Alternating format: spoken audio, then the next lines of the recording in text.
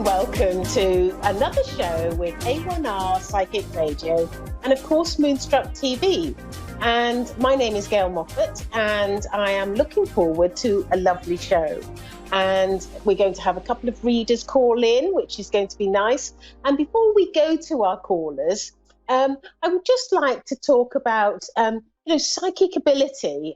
It's quite an interesting topic, psychic ability, because I think that if you think about it, you have to ask the question, is everybody capable of being psychic and having that intuition? And I firmly believe we are. I firmly believe that we can all sense and see and things. And if you think about it, if you reflect on your life and reflect on certain situations, there will be times where you've just had that intuition, that gut feeling of something. And that's sort of, a psychic awareness. Or you can just sort of look at somebody and you might get this sort of feeling about them. Or, so I do feel, I've always felt that everyone is capable of it, because part of the reason why I think this is because if you think about, the spirit world, they communicate with each other in a mind-to-mind communication. And so they are all spirit, but so are we. We are all spirit. So we know how to do this when we're over there. And it's our body and being grounded in sort of, earthly matters that is just a distraction to us.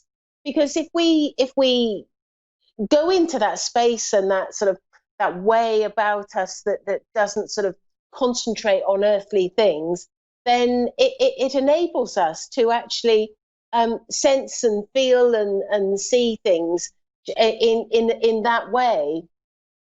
So I do believe that everybody is able to do to be psychic and when there is a difference between being psychic and being a medium.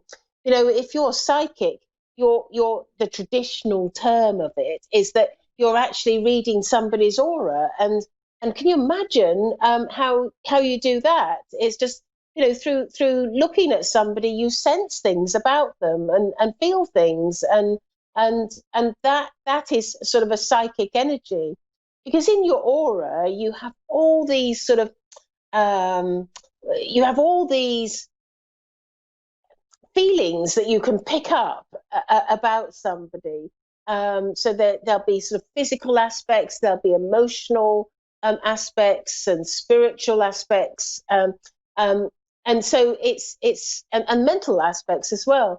And so it's all sitting in your aura, all that information, which I find quite sort of fascinating. So that's sort of like a true definition of a psychic. And then some psychics, they say they're a psychic, but then they go and talk to their guide.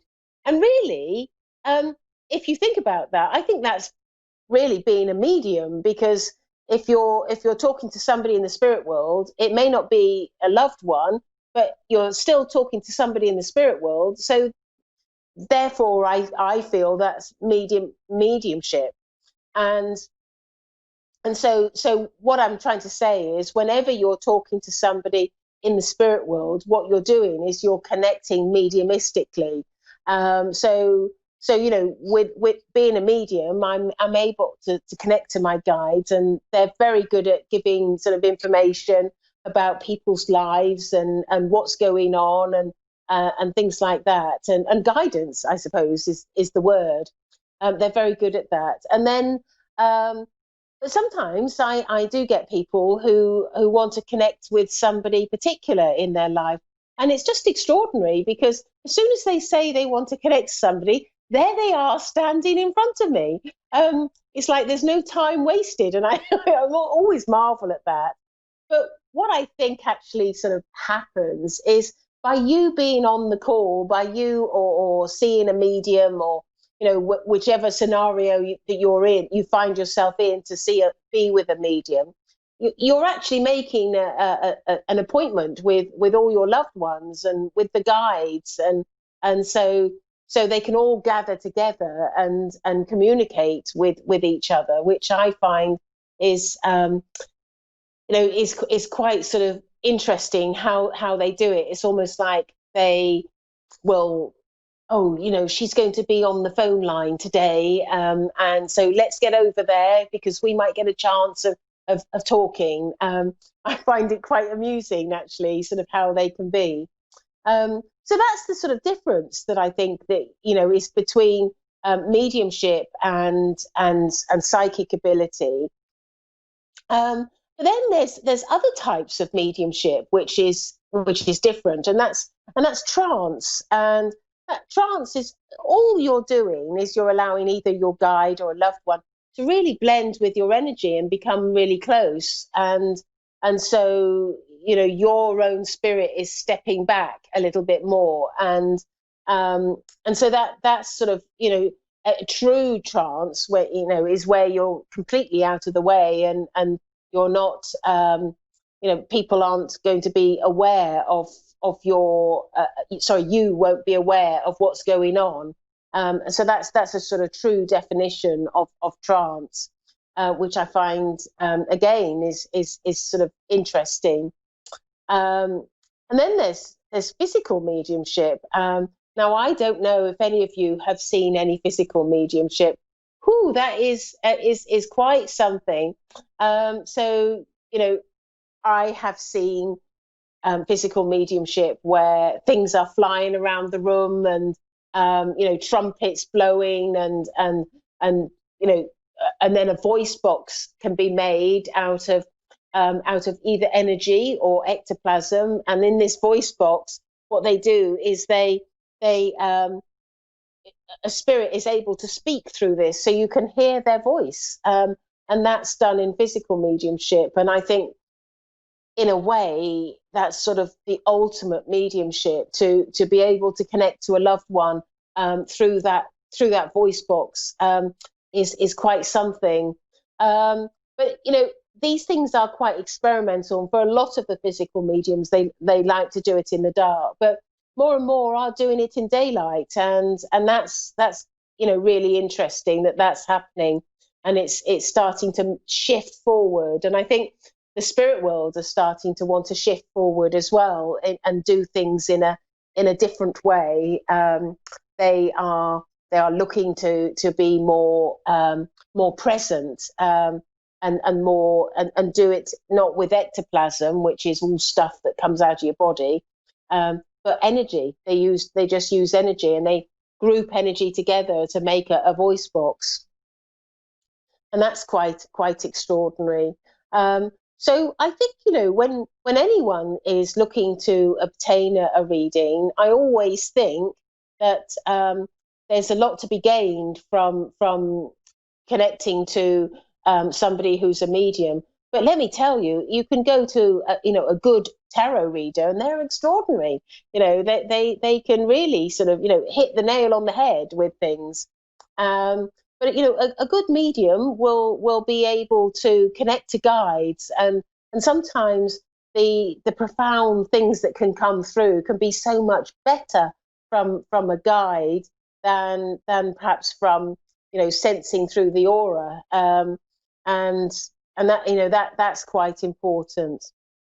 And another thing that is also sort of worth thinking about is that there are different faculties when you're doing mediumship. There is, and it's always got this prefix of clair. So you can be clairvoyant, which is clear seeing. You can be clairaudient, which is clear hearing. And you can be clairsentient, which is clear sensing. And I'm able to do all three. And I believe we have Reg in New Jersey. Are you there, Patrice? Yes, I'm here. Hello. Welcome to the show. Hello. And so I'm a medium, and I can either connect to loved ones in in the spirit world that you know, or I can go to my guides and give sort of guidance. Is there somewhere in particular that you would like me to focus and talk about? Yes, I just recently lost a good friend of mine, Oh, and he was very oh, young. I right, lost him in March. Thank you. right. I'm sorry to hear. I thank you. I just Um, wanted to know, like, if he's at peace or if he's okay, or was he in danger before he died or anything. I just mm, can't wrap my head around it. yeah. Well, one of the things that he is wanting to say to you is that he he has had quite a journey to this point, because he says that it has been quite a challenging road for him, and he's Right. he's he's saying to me that um, he makes me feel like there was fear around him, that he was frightened of something. Would that make sense to you? Yes. Because I feel frightened at the time of my passing, and I feel and he's saying to me that he he he was I feel like he's fearful for his life in that moment. Would that make sense to you? Yes. Um, because I also feel that this he found himself in a set of circumstances that that wasn't that that wasn't sort of his intention, because I feel like he passed, and he didn't have I don't feel this is linked to a health issue.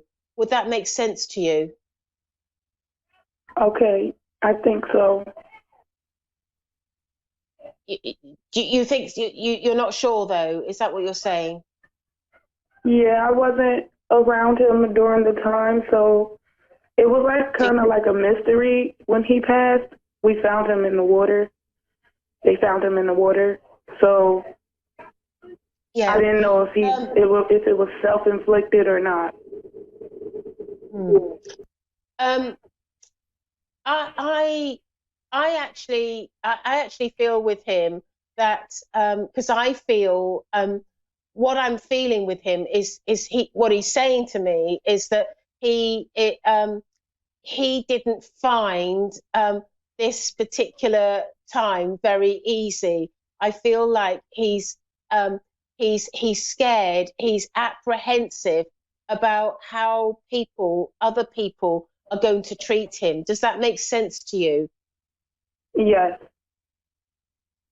Um, and I I also feel that he um, I get the feeling that there was people around that almost were not being particularly nice to him and not kind to him. Would that make sense to you? Yes. And I also feel that he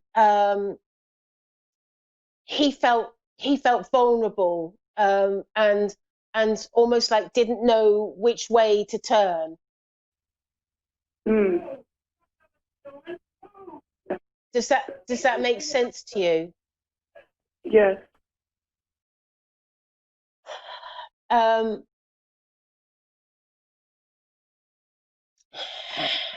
and I also feel that I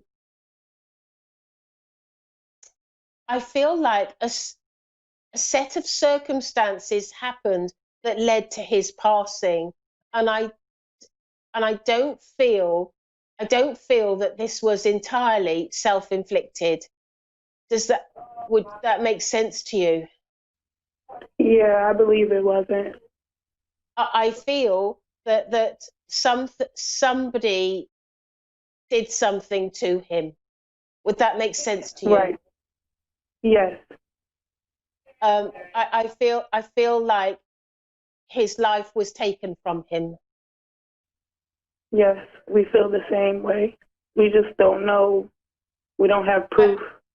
I feel this is a murder that has taken place, and I feel that it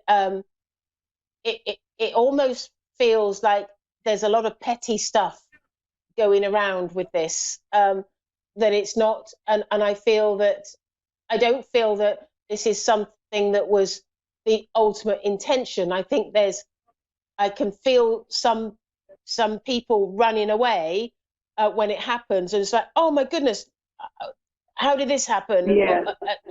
And I feel like it's sort of accidental death, but I feel like it's as a result of their actions.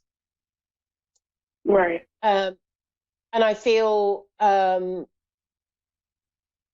I feel that so I feel the circumstances are highly suspicious in this situation, and I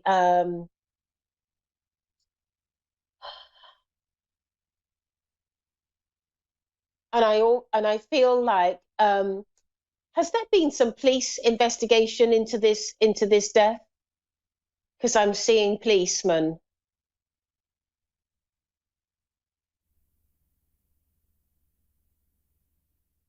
Are you still there? Um, so I feel like there's been some like it's been very highly suspicious circumstances, and I also feel that if that I get the feeling that he was sort of perfectly healthy and well, and sort of almost like went out into and I can see lots of wooded area, and I feel and I feel like there's quite sort of a lot of nature around, but I also feel like there must be something to do. I feel like there's some drugs as well that's going on as well, and and what I'm being told is that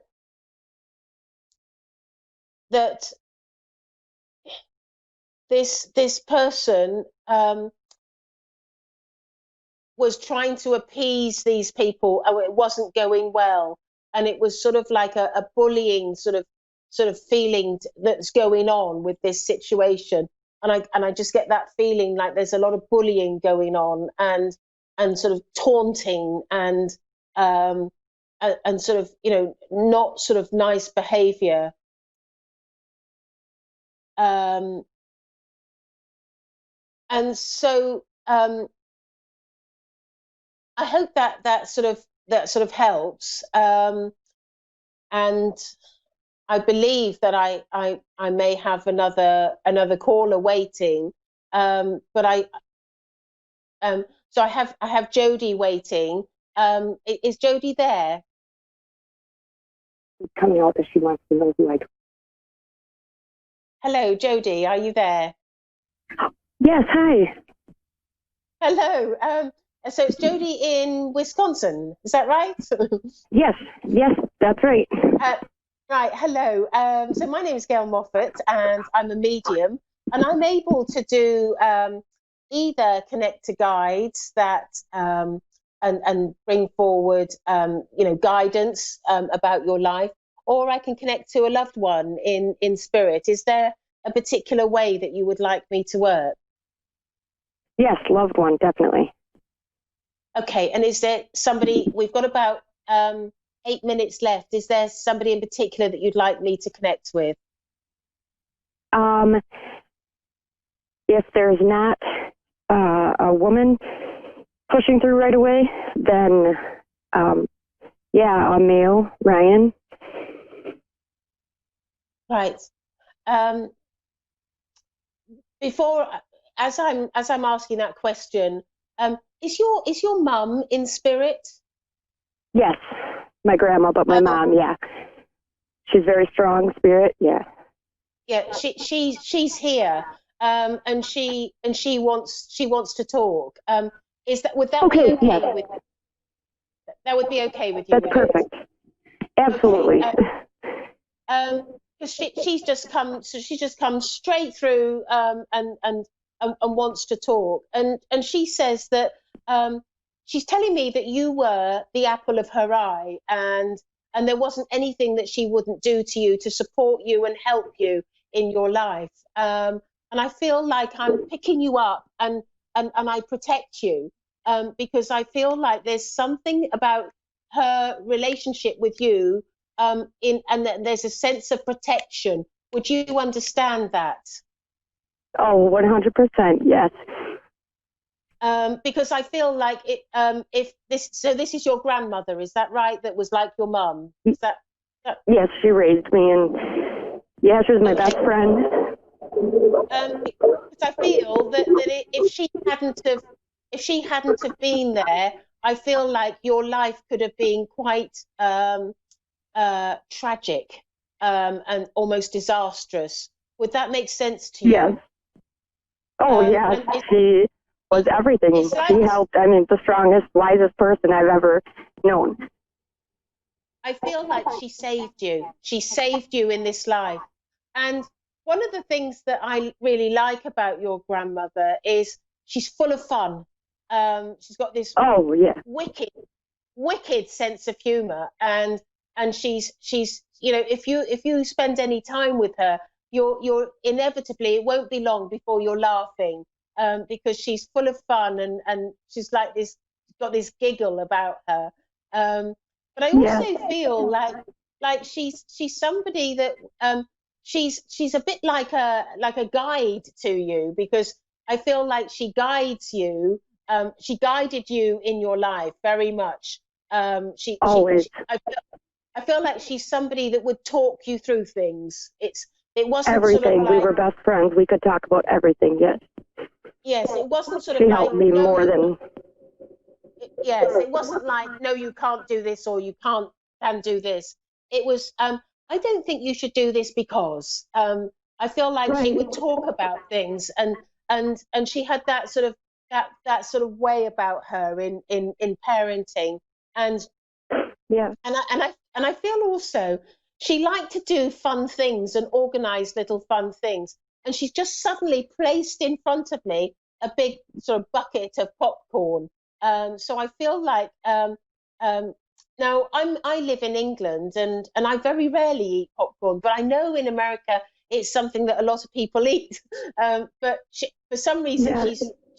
I feel like she would have organized sort of popcorn, a big bucket of it, and sit down She and watch did. films and things like that. And she'd organise all these little goodies on the table, and sort of, what you could eat, and whilst you're watching the film, and she was really big into sort of little treats, and doing Yes. things like that. Um, and and also I feel like she suddenly just rolled a dice, or a die, whichever you call it. She just rolled it for me, and I feel like there would have been some sort of game where you would have used a dice, that you would, as a memory that you would have with her, because she's showing to me how she would enjoy, playing. She played lots of different games with you. Would you remember that? Yeah, she did. We played all kinds. Yeah. Yes, Yeah, everything. Yeah. and I feel like there's a cupboard, and if you open up the cupboard door, there's the stack of games in there. Would you remember that? A closet. Yeah. Yes. It's Yes. and I also, and and she's telling me that you used to have a favorite game that you used to want to play, and so you often would play that same one over and again because that was your favorite. And she would sort of, give in to you and let you play that. um she feels sort of, she feels very honored to have been in your life, for the time that she was there with you. um she's telling me that she hasn't stopped being in your life, because she says, as she was a guide there in your upbringing, she's also a guide now in your life, because so she's telling me she's your guide. Now we often will have more evolved guides somewhere else, and we'll have a loved one as well. That's not too uncommon, and I feel that's the case with you. You have her as one of your guides in your life, and she says, I'm not going anywhere, I'm going to be with you, and that's why she's so present in your life always. And she also says to me that you quite often will say, oh, she wouldn't have allowed this, or wouldn't like this, or you're always, whenever you're doing things, you'll refer to what she would think of it, and she's aware all of the time. Yeah, she's telling me you do that all the time, and she says it amuses her, because she says, goodness, who'd have thought that I would be able to sort of have this power long after I've gone. Right, because I never listened to her while she was here, I'm sure she would say. But she says you often say, oh, I don't know what you call her, grandmother, grandma, or whatever.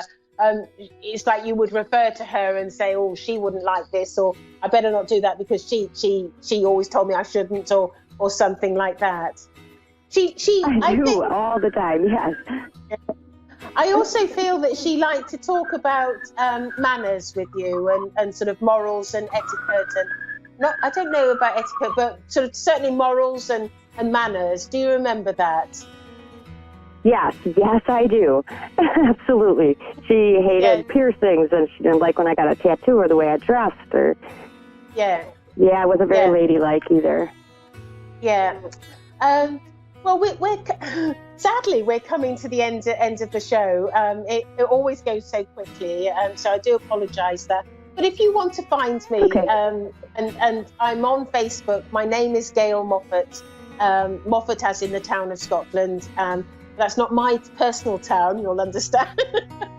It's just, okay. It be the same spelling, because there's so many different ways of spelling it. But so that's the way to find me if you want to message me about anything. I have to say, your grandmother is adorable. She's absolutely gorgeous. You are very lucky to have her in your life and with you as your guide.